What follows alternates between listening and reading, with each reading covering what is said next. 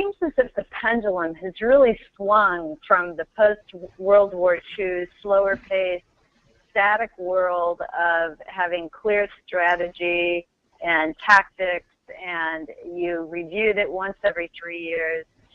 The pendulum has swung to the other end of that spectrum, that we're in constant change. There's all this theory of change out there, and we're always looking for the next great opportunity and innovation.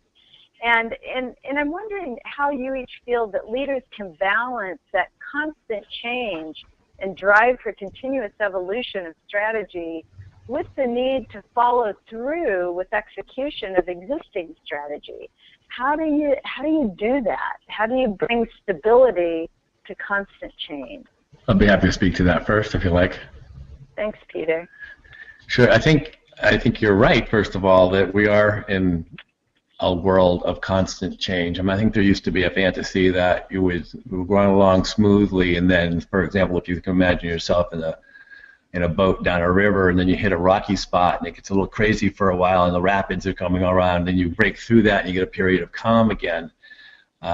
That's a fantasy. I mean, in the 80s, a guy named Peter Vail in organization development coined the phrase constant whitewater.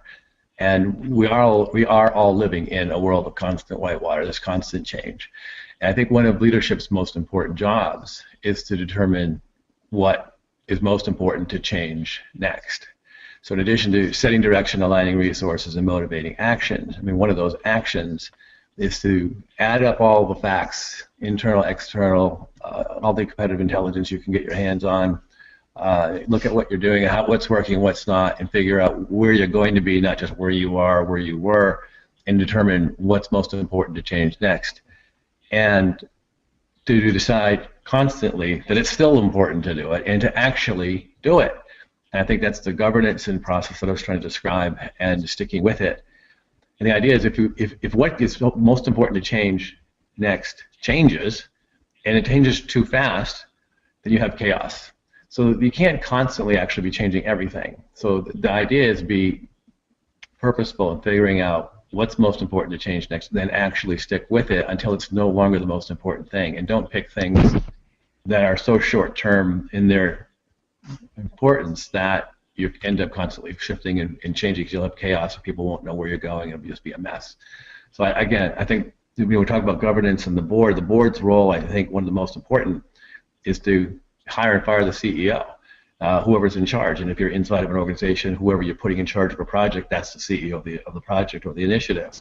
So the governance body is responsible for helping with strategy, deciding what to do, deciding what needs to be changed, and having someone in charge who gets that, who sticks with it, so that any one leader at the top can manage themselves across those and doesn't, in fact, get.